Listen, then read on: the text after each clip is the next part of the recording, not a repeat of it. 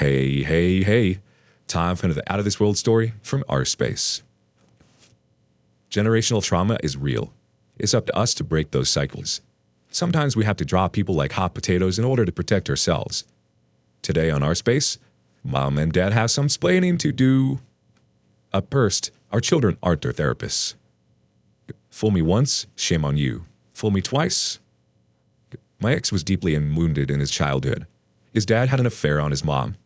He left to be with the affair partner, and they're still together to this day.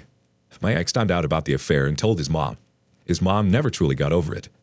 Due to his snitching, his dad, who he adored up until this point, cut all contact with him. His mom used him as a therapist. He grew up hyper-independent and started our relationship stating that he absolutely would not tolerate cheating. The beginning of our relationship was really great. We were good at communicating. The sex was incredible. We went on a lot of dates, adopted a dog, moved in together. Then he got a little distant. I chalked it up to work and him just feeling a little overwhelmed by the big moves we made together, despite him saying he wanted nothing more than to settle down. Then I'd catch him in a white lie or two. But he'd say he was planning a surprise. He would get mad at me for checking his location that he offered to share. He stopped wanting sex. One day, he didn't come home. I sat him down and told him that this relationship was either going to be mended or it was done. The next day, he went to work and didn't come back. So I texted him that his stuff would be on the lawn. When he came by to get his stuff, he was clearly distraught. I felt bad and let him come inside to see our dog. When he left, he would text and call to say he missed me. He wrote me letters, sent me flowers. I finally asked if he wanted to try again, and he said yes. Our relationship 2.0 was amazing. We took trips. COVID made it so we got to spend a ton of time together, and it was great. We got along, had great sex, watched movies, planned the future. He proposed 4 months after getting back together. I was hesitant, but didn't want to say no as marriage was something I eventually wanted, so I figured we'd have a long engagement. We started planning our wedding just to get an idea of what we wanted. Then COVID let up, and I went back into the office. His schedule as a healthcare worker made it so we only really saw each other in passing. He got laid off, and in a depressed stupor, he just laid around the house while I worked, cooked, and cleaned. He eventually got hired again and had a month before his start date. In this time, he wanted to get the most out of life before working a lot, so we went on lots of little trips. A day trip here, 2 days there. He never really invited me as I had work, and he just figured I'd need to be home to take care of the dog. Of course, our sex life faltered, and he stopped updating me while he was out because he was just so busy. I again asked him to sit down with me so I could give him the same talk as last time, but he couldn't even find the time to do that. He would just tell me over text the obvious, that our relationship wasn't doing well, that I wasn't communicating. I told him to break up with me, and he refused. His friend who I had met, who had recently gotten married and was helping me, prior to all this, with wedding planning, had been kept up to date on my ex's travels. One day, my ex was in the city and I got a message from his friend stating that my ex forgot to take him off his private story and had posted a photo with a woman. I immediately grabbed his laptop to try to log in to see his story and was greeted by a text thread with his girlfriend. They had apparently met on his first outing, and he had gone to her house every outing since. They were saying, "I love you." She was joking about marriage. He told her that he was single. I told his friend who had clued me into the story he had posted, and we went out to get drinks. He invited their other mutual friend, who broke the news that my ex was on Tinder a while ago while we were together, and that he had told girls he was single when they went out. The friend just assumed we had broken up. I ultimately threw his crap on the lawn again. When confronted, he denied everything and asked to talk. When I refused, he said he was going to call the cops for kicking him out. He never did, but for months after he demanded the rent back for the month he was kicked out, he recently went public with his relationship with his girlfriend. The community reacts little. 50 Shades of Naz starts us off. Apple A fall far from the tree in this case. Look at the bright side. You won't have to deal with a cheating a-hole anymore. You can live your life now, OP. Congrats. Ovally Fennel 7113 chimes in next. To me, it sounds like he probably cheated the first time around too, just never got caught or back to you.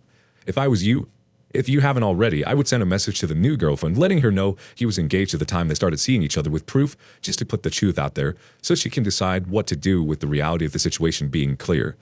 I'm always believed if they're willing to cheat with you, they'll cheat on you. Oh, and block his unremorseful lying, but on every form of communication because with the threats and other manipulation tactics, it's proven he doesn't even deserve to have the option to have any further contact with you. I've done the work also has a thought.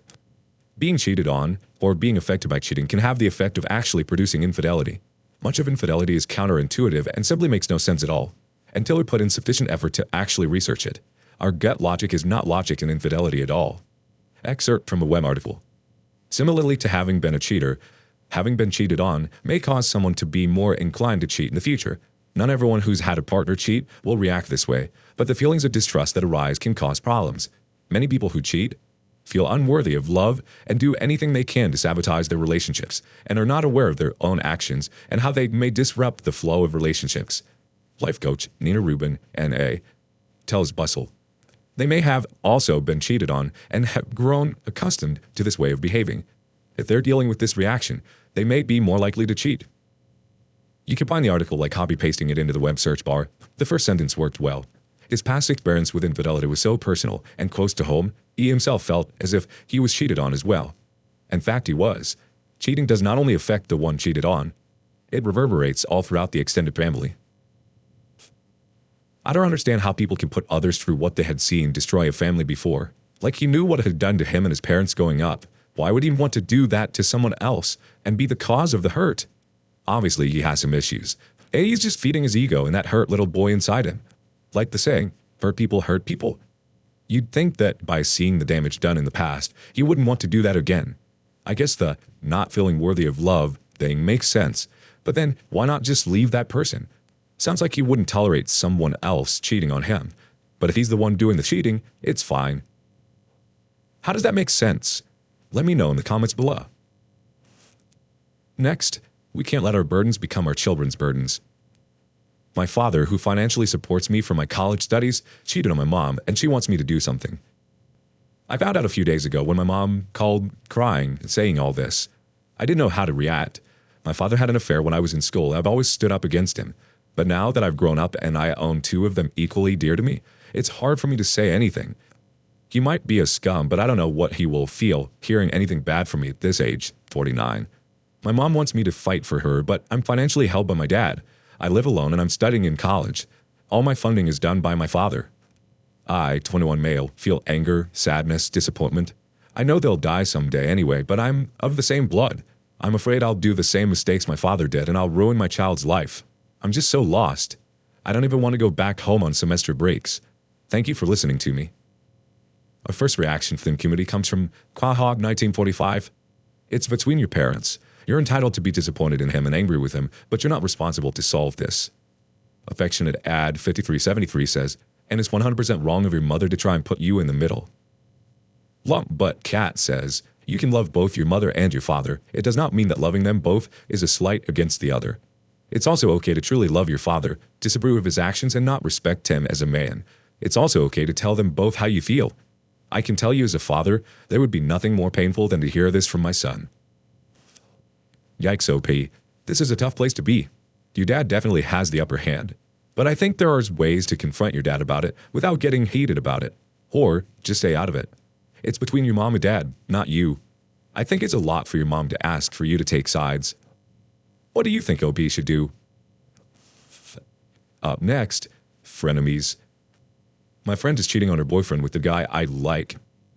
So I started working at a BPO industry, and I met this guy, and I'm starting to like him, or to fall in love with him, which is kind of funny since someone told me building a relationship in a BPO industry is considered traumatizing because of cheating. I never believed that someone, and right now I'm kind of second-guessing everything. So back to when I met this guy, and we instantly clicked with each other. We would always greet each other whenever we would run with each other at the halls. We would talk with each other in our break time, lunch, or any of our free time. We will even hang out after our shift.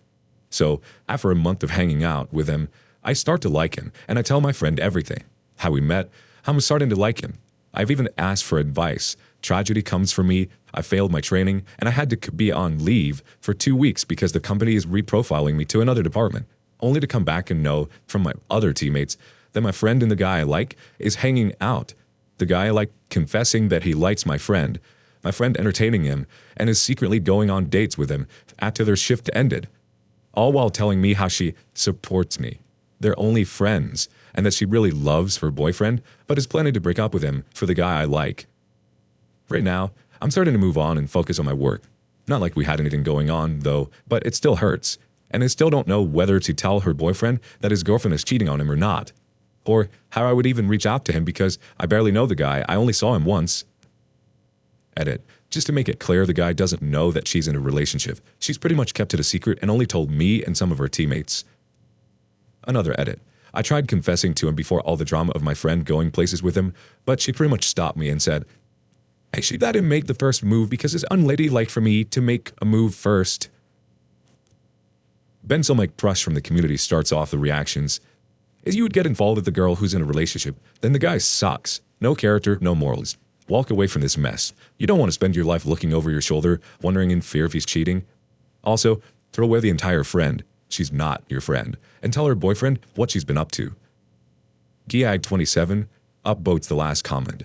She's no friend, and he's not the guy for you. Tell her boyfriend, block and delete both of them and move on. Pumlik Particular 464 adds, tell the boyfriend, she isn't your friend if she did that behind your back. No ifs, ands, or buts about it. Drop her too. If she finds out you told her boyfriend, you tell her you shouldn't have been a snake in the grass behind my back. Joe Foe 89 thinks, burn the witch's life to the ground and piss on the ashes. Not only did she betray her boyfriend, but she betrayed you in a horrible way as well. She was never really your friend because real friends would never think of doing what she did. And by a consequence of her own actions, she has become your enemy, and mercy to your enemy is cruelty to yourself. So definitely tell your boyfriend everything, and also tell a guy about what she did and how your ex-friend is a liar and a cheat. If he still wants to associate with her, well then you're probably better off without him anyways, and you would have dodged 2 bullets for the price of 1. Yeah, if this guy's willing to be in a relationship with someone who's already in a relationship, what's to like? Move on. And some friend this is, why would she try something when you told her you liked him? Cut them both. Thoughts? Meanwhile, lastly, people let you see what they want you to see.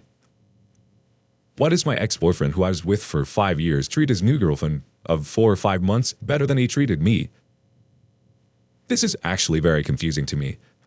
I'm not the type of person who will stalk people on social media, but I couldn't help notice that my ex-boyfriend was doing all the activities that I wanted to do with him, with his new girlfriend. I've always done everything for him to make him happy.